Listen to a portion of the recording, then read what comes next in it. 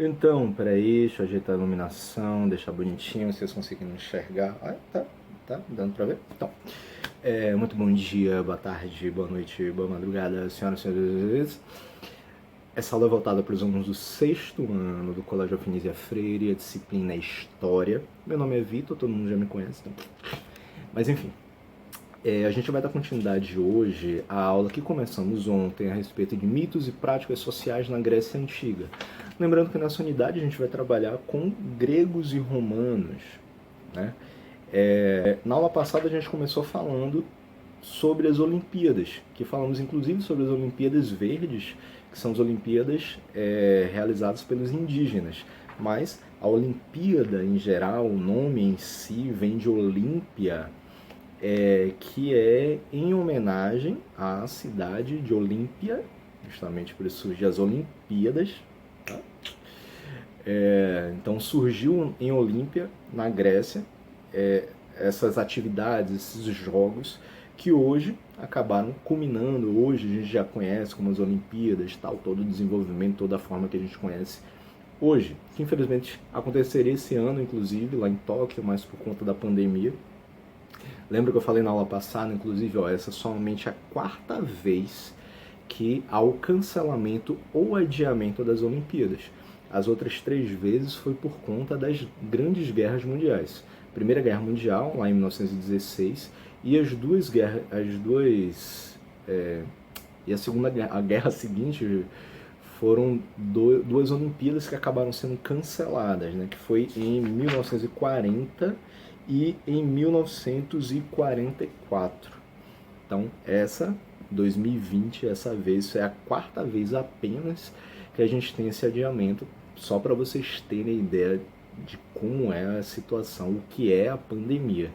Somente 2 guerras mundiais foram capazes de adiar ou cancelar uma Olimpíada, e de repente a gente está vivendo algo completamente novo. Nós aqui, eu aqui, do outro lado da telinha, vocês aí estão fazendo parte da história. Olha só, né? Enfim, aí na aula passada a gente falou também um pouquinho sobre as Olimpíadas de Matemática no Brasil, tá lá da página 110 e tudo. Mas aí hoje a gente vai continuar com a página 111, a partir da página 111, começando com humanismo. Então, pega o livro didático de vocês, vamos jogar duro aí, vamos dar essa continuidade, essa trabalhada em cima disso. De que forma? A gente começa aí na página 111. A partir dos séculos 4 e 5 a.C., a cultura grega tornou-se mais humanista. Como assim? Só o próprio nome, né? Humanismo, humano, a ênfase muito maior no homem, na humanidade em si. Né? Então, ele passou a valorizar muito mais as capacidades humanas, como a criatividade e a sabedoria. Pô, como assim? Quer dizer que antes não se prestava atenção nisso? Sim, mas vai ser a partir desse período mais ou menos que os gregos vão começar a ter um olhar mais apurado em relação às próprias capacidades humanas, o desenvolvimento tecnológico, o desenvolvimento de arquitetura, das esculturas, das engenharias, tá? E aí então o homem ele vai começar a produzir, vai ser nesse período mais ou menos que surgem as questões filosóficas, inclusive, tá? E que vão acabar influenciando todo o pensamento, como a gente conhece, inclusive, hoje. Hoje em dia, até hoje, a gente é influenciado muito por essas filosofias, por todo o pensamento surgido na Grécia, ainda lá no período de 4, 5 a.C. Claro que a gente sofreu influência também do pensamento de outros povos. Os próprios gregos eles acabaram sofrendo influência do pensamento de outros povos que vieram antes deles. Mas foi a partir deles, a partir dessa visão eurocêntrica, inclusive, é que vai fazer com que a gente hoje, enquanto sociedade, acabe enxergando a Grécia como uma base de muito do conhecimento que a gente tem hoje em dia. Inclusive a ideia de democracia. Lembra que a gente falou na aula passada também? Então, na arquitetura, na pintura e na escultura gregas destacavam-se os ideais de beleza, perfeição, equilíbrio e harmonia do corpo humano. Inclusive foram os gregos eles foram os primeiros povos a enxergar essa ideia de beleza, a construir esse imaginário, esse ideal de beleza. Aqueles corpos perfeitos, aquele corpo, aquele tórax todo dividido, abdômen todo, o povo tudo fortão, tudo bonitão, as mulheres também tudo cheio de curvas, tudo bonitinha. Mas é uma ideia que eles construíram e que eles acabaram difundindo isso para o mundo inteiro. Vocês vão ver depois, quando a gente for falar sobre Roma, por exemplo, Roma vai ter uma construção desse ideal de beleza também baseado no ideal grego, principalmente quando eles têm o período do Renascimento, que vai ser, como o próprio nome diz, o renascer. O renascimento é o renascer da própria cultura grega, porque entre esse surgimento da Grécia e o desenvolvimento de Roma, você vai ter vai ter um longo período dentro desses dois espaços, né, que diversos manifestos culturais, manifestações artísticas, movimentos artísticos vão surgir durante isso. Então, o período do Renascimento, eles vão olhar para trás porque eles encontram nos ideais de beleza gregos antigos, eles vão encontrar nisso um jeito de vida, um jeito de viver, né? Mas então os gregos vão ser os primeiros a começarem a construir esse ideal de beleza, não somente na questão das esculturas, como é mais fácil a gente conseguir visualizar essa questão de beleza, mas também muito na questão da arquitetura, o modo de construir os monumentos, construir os castelos, fazer as grandes obras gregas. Eles vão ter essa visão dos ideais de beleza, né? Os gregos eles vão desenvolver estudos de arquitetura, medicina e matemática, principalmente na área da geometria. Inclusive a geometria eles vão utilizar muito para a produção de suas esculturas e, claro, de sua arquitetura, né? Então eles acabam ficando interligados, né? Arquitetura e matemática. Então você que pensa em fazer arquitetura, ainda está um pouquinho distante, né? Mas você pensa em fazer arquitetura daqui a anos, lembre-se, vai ter muita matemática. Engenharia, vai ter muita matemática, tá? Então, começa a se preparar, tudo culpa dos gregos, viu? Não, teve outros povos antes que foram culpados também, mas os gregos também são culpados. Então, vamos meter porrada nele. Entre o final do século 8 a.C. e o início do século 6 a.C., criaram a filosofia. Olha só, a filosofia, aquela parada massa que faz você viajar assim, tal, por completo. Eles vão criar a filosofia, ciência que estuda o pensamento humano. Tá vendo por que surgiu o humanismo, como teve esse fortalecimento do humanismo? Porque o humanismo ele vai mexer com a criatividade, a sabedoria. Então, quem melhor para poder falar sobre sabedoria, falar sobre conhecimento do que a própria filosofia? Já que a filosofia estuda justamente o pensamento humano, a construção desse pensamento da humanidade. E também o comportamento social, né? Filósofos como Aristóteles, Platão e Sócrates desenvolveram ideias a respeito de como viver em sociedade, de como os governantes devem agir e do sentido da vida e da morte. Então, a própria democracia que a gente falou na aula passada, ela vai ter muita influência desses filósofos. O pensamento, a construção da ideia de filosofia, a construção desse pensamento humano, do comportamento das sociedades, vão ser extremamente influenciadas pela filosofia. E isso vai acabar, através desse desenvolvimento todo, influenciando no modo de pensar que a gente tem hoje, inclusive. Forma que a gente vive em sociedade, forma que a gente está em contato o tempo todo, até mesmo assistindo essa aula aqui, ou então conversando com seus pais, com seus irmãos. Tudo isso já foi estudado, já foi analisado de certa forma, claro, não exatamente da forma que a gente conhece hoje, porque a própria humanidade ela vai se desenvolvendo, né? Mas as bases do pensamento da construção desse pensamento estão lá na Grécia através desses estudos filosóficos.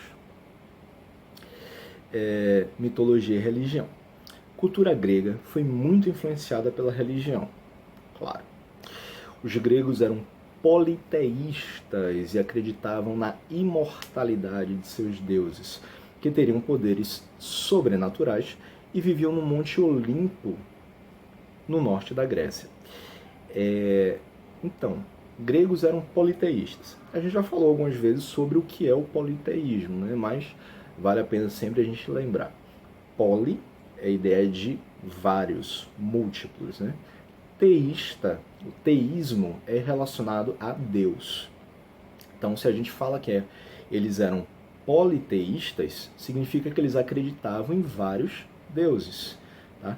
Então, dentro da cultura grega, a gente vai ter lá o politeísmo, dentro de várias outras culturas vamos ter sociedades, religiões politeístas, não somente na Europa, como na Ásia, na África.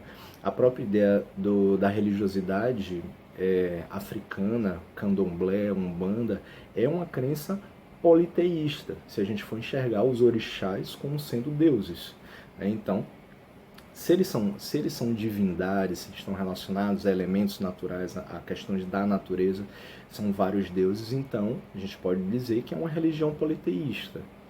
E aí a gente para se questionar, inclusive, o seguinte, por que as pessoas conseguem respeitar tanto a cultura, a religiosidade grega, sendo eles politeístas, mas não se respeita as religiões de matriz africana, também sendo politeístas? Por que a gente vê tanto filme aí falando de deuses, né? Zeus, ou semideuses como Hércules, Zeus, Poseidon, Marte, não sei quem, aí também, porque a cultura grega vai influenciar a cultura romana, né, que também vai ter vários deuses. Então, se enxerga de forma respeitosa até a história desses outros deuses, mas eles não conseguem enxergar, a nossa sociedade atual não consegue enxergar de forma respeitosa a crença da religiosidade africana, dos iorubás, dos bantus, com seus vários deuses, com a ideia dos orixás. Por que será, né, gente? Então, eles acreditavam então na imortalidade de seus deuses, que eles viviam lá no Monte Olimpo, tá? No norte da Grécia. Para quem já assistiu Cavaleiros do Zodíaco, por exemplo, tem lá o Monte Olimpo, né, onde eles vão ter um encontro com a deusa Atena, que é a deusa da guerra, por exemplo. Então eles teriam poderes sobrenaturais, eles eram sobre-humanos, né? Eles tinham diversos poderes, estavam acima de todos. Claro que não ia descer na terra assim para chegar e quebrar alguém na porrada, assim, porque xingou Deus, xingou Zeus. Porque Zeus, aquele sacana, eu pedi uma bicicleta no Natal e não veio, Zeus miserável. Aí Zeus vai descer na terra, ela fala assim, é o que, meu irmão? O que é? Quebrar na porrada. Não fazia isso, né? Até mesmo porque um peteleco de Zeus matava, arrancava a cabeça para coitado da pessoa. Arranca a cabeça dele. Eles acreditavam que as emoções e as ações divinas interferiam no cotidiano e no destino das pessoas. Então, digamos lá, um dos deuses está lá triste. Consequentemente, o que é que acontecia? Uma praga recaía sobre o mundo. Ou então, um dos deuses estava brigado lá com a esposa. Aí começava a jogar um monte de raio na terra, assim, porque estava revoltado, né? Essa ideia das emoções, de que essas emoções, essas ações divinas poderiam ocorrer de acordo com a emoção que eles estavam sentindo naquele momento, né? Então, se estava revoltado, ele poderia jogar uma praga na terra, jogar um monte de raio, jogar uma chuva torrencial, ou se estivesse feliz, como, por exemplo, a gente vê muito essa questão das oferendas, né? Ocorriam as oferendas também, ou sacrifícios humanos, por exemplo, que a gente vai ver que na própria cultura grega, na cultura romana, vai ter uma coisa ou outra falando sobre isso. Tipo, é uma oferta que está sendo dada a um desses deuses para ele poder ficar contente. E aí, ficando contente, o que é que ele vai fazer? Ele, opa, olha, tá me dando esse bode aqui, eu gosto de bode, fazer um churrasquinho, né? Pá, então, tô feliz. Vou abençoar a agricultura de vocês esse ano por conta desse bode. Então, ó, emoção positiva. Então, a divindade vai chegar e vai chegar lá e interferir nesse cotidiano, né? Vai chegar e vai dar uma boa colheita para eles, ó. Vai colocar uma chuvinha assim, ó, bem básica, tá? Nada muito forte, nem muito fraco, mas para que eles possam ter uma boa produção naquele ano, boa produção da agricultura naquele ano. Massa, né? Então, muitas histórias e aventuras acabam envolvendo os deuses. Deuses, semideuses e heróis que compõem essa mitologia grega. O nascimento da deusa Atena, por exemplo, é narrado no mito que Zeus chama Hefesto para curar sua dor de cabeça. Gente, peraí, Atena vai nascer porque Zeus estava com dor de cabeça e pediu pro cara uma aspirina? Como assim? Então, com um machado, Hefesto, imagine só, querido, você tá com dor de cabeça. Não façam isso em casa, tá, gente? Isso não tem comprovação científica, tá? Então, assim, seu irmão tá com dor de cabeça. Aí tá lá sofrendo, ele pede uma aspirina pra você e você faz o quê? Ao invés de pegar uma aspirina, pega um machado. Dá uma pancada com o machado na cabeça do seu pobre coitado do irmão. Vai sair um deus, uma deusa da cabeça dele? Não, vai sair miolo, né? Vai escorrer, tal, você vai ser preso, inclusive. Nunca mais vai sair da cadeia. Então, melhor não, né? Mas o caso de Zeus foi diferente. Zeus estava com dor de cabeça, Hefesto chegou com a machadinha dele lá, tacou-lhe a machadada na cabeça de Zeus. E o que foi que aconteceu?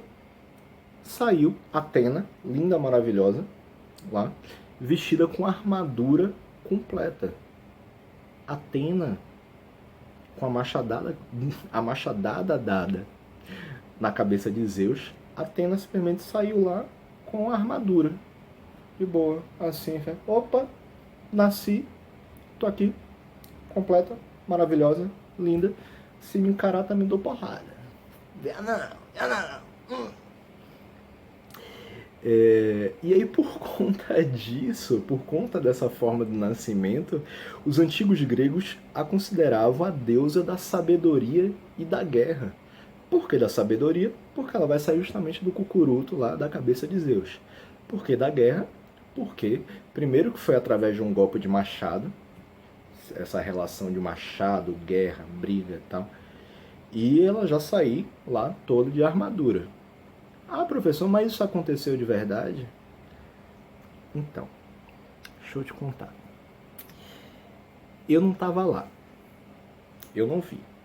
Mas, se estão dizendo, se tá na internet, é verdade. Né? Não. Tá. É um mito. É a ideia de mito, é a criação de um mito, é a criação de uma história para poder remontar essa ideia, essa mitologia, né? E aí a gente vai ver, inclusive, vários filmes. Para quem...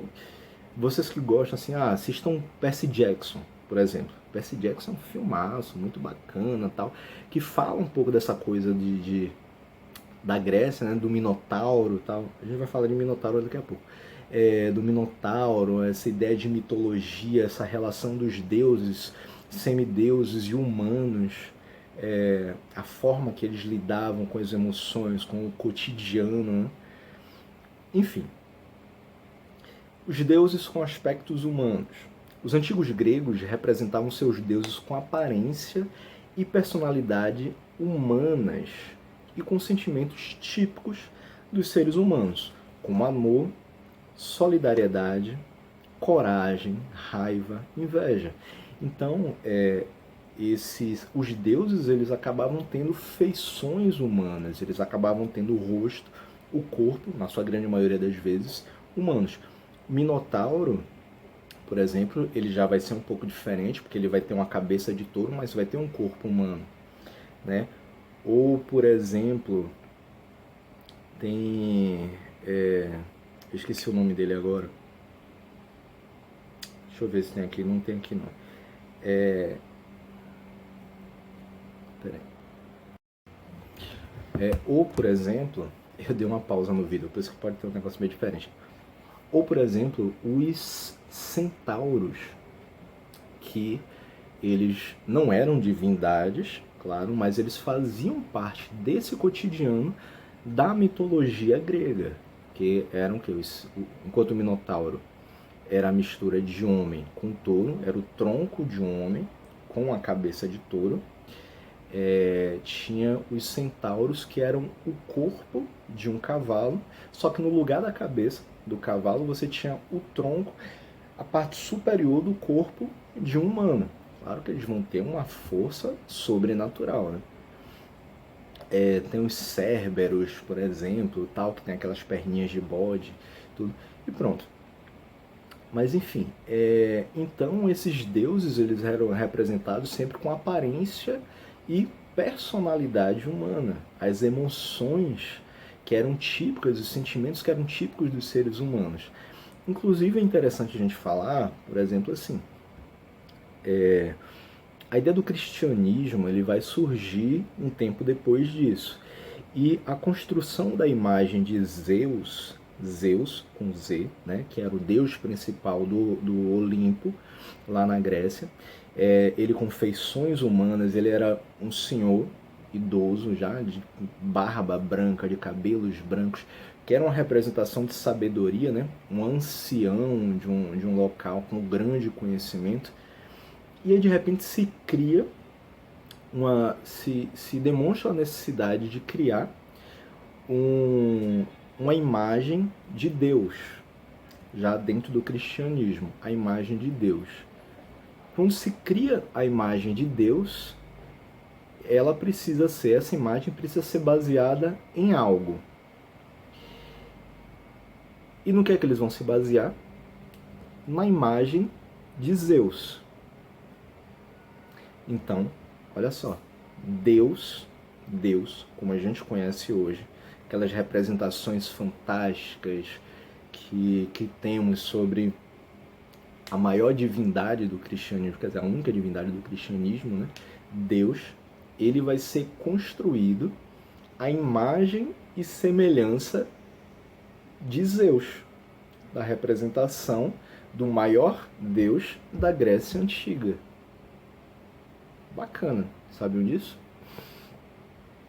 Então, no mito de Heracles, herói grego também chamado de Hércules, que a gente fala, os 12 trabalhos de Hércules, desenhos, filmes, várias histórias a gente já ouviu falar sobre Hércules, né? Então, no mito de Heracles, também conhecido como Hércules, podemos encontrar alguns desses exemplos, desses elementos. Conta-se que Zeus se apaixonou pela mortal Alquimena. Zeus se apaixonou por uma mortal. Olha só, você lembra que Deus, no cristianismo, ele não se apaixona por Maria, né? Mas ele planta a sementinha dele que vai nascer Jesus. Então, Jesus é como se fosse um semideus. Não é à toa que foi possível Jesus ser morto. Ele renasceu depois, ele voltou à vida depois, mas ele acaba sendo meio que um semideus. Olha que história diferente, né? Então, conta-se que Zeus se apaixonou pela mortal Alquimena, mas ela era casada com Anfitrião. Maria era casada com José. Deus concedeu, através do anjo Gabriel, né, um filho na barriga de Maria. Zeus se apaixonou por Alquimena, sendo que Alquimena era casada com Anfitrião. Só que as semelhanças param por aí. Por quê? Como Anfitrião estava participando de uma guerra, Zeus se disfarçou do marido de Alquimena, se disfarçou do Anfitrião e ordenou que o tempo se tornasse mais lento para que ele pudesse passar mais horas ao lado da amada. Safadinho esse Zeus, né? Desse encontro vai nascer Heracles, ou Hércules, o protetor dos homens e dos deuses. Por ser filho de Deus com uma mulher mortal, ele era considerado como um semideus. Olha as semelhanças, né? Uma coisinha ou outra assim que a gente pode ver, pô, bacana, interessante. Mas então, só que Zeus foi safado, que ele se fantasiou lá de anfitrião e tal. E você sabe esse nome anfitrião, né? Quando a gente recebe alguém em nossa casa, as pessoas falam, não, você tem que ser um bom anfitrião, né? Uma pessoa para receber bem alguém, né? E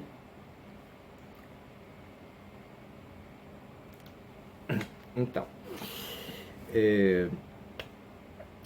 documentos em foco, página 112.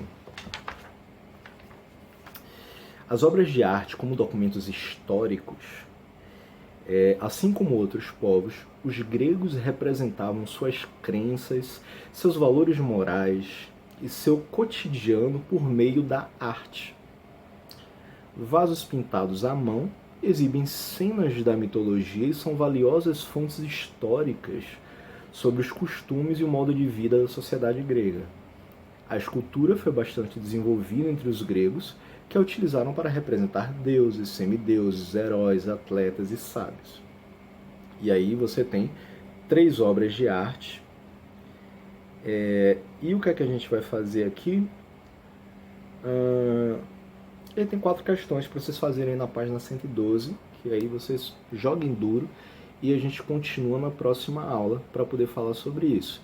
Mas só uma coisa aqui, a gente vai ter histórias e mais histórias através das pinturas que são feitas nesses objetos, ou nesse caso aqui uma ânfora de cerâmica, um vaso de cerâmica, né, que vai ter uma historinha contada, desenhada no seu corpo, e algumas outras esculturas, escultura em bronze de Zeus, o busto grego de Sófocles. Mas você vê que eles são bem representados geralmente com esse barbão, tal. Não dá pra ver, claro, porque não tem cores, as esculturas não possuem cores, mas dá pra perceber que geralmente são semblantes de pessoas mais velhas, sempre barbadas, sempre com aquela coisa de um olhar mais fixo, a ideia de sabedoria, de conhecimentos. Os filósofos eram profundos conhecedores do mundo, né, estudiosos, então eles vão ser sempre representados de uma maneira bem semelhante. Vão ter suas particularidades, claro, mas geralmente eles vão ser representados como anciãos,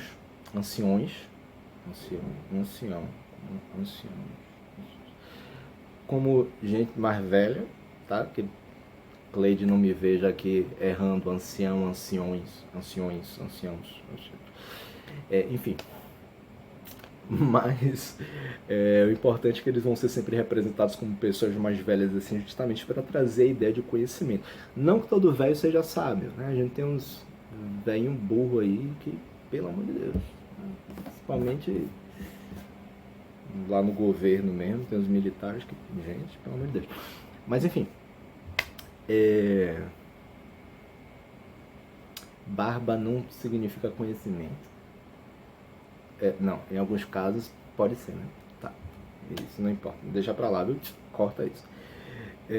Mas então, voltando a falar sobre essa questão de fontes históricas, é interessante a gente ver que diversos desses elementos, diversas das esculturas, das cerâmicas, vão contar a história não somente através do desenho, que consta aqui, por exemplo, no caso da ânfora, mas principalmente do que eles representam, o que está construído qual é a ideia que está construída naquelas esculturas, naquelas imagens. A escultura em bronze de Zeus. Como eu falei, a questão da barba, a questão do olhar como algo assim de mais intensidade. Tudo isso é uma construção de uma narrativa a partir dessas fontes históricas.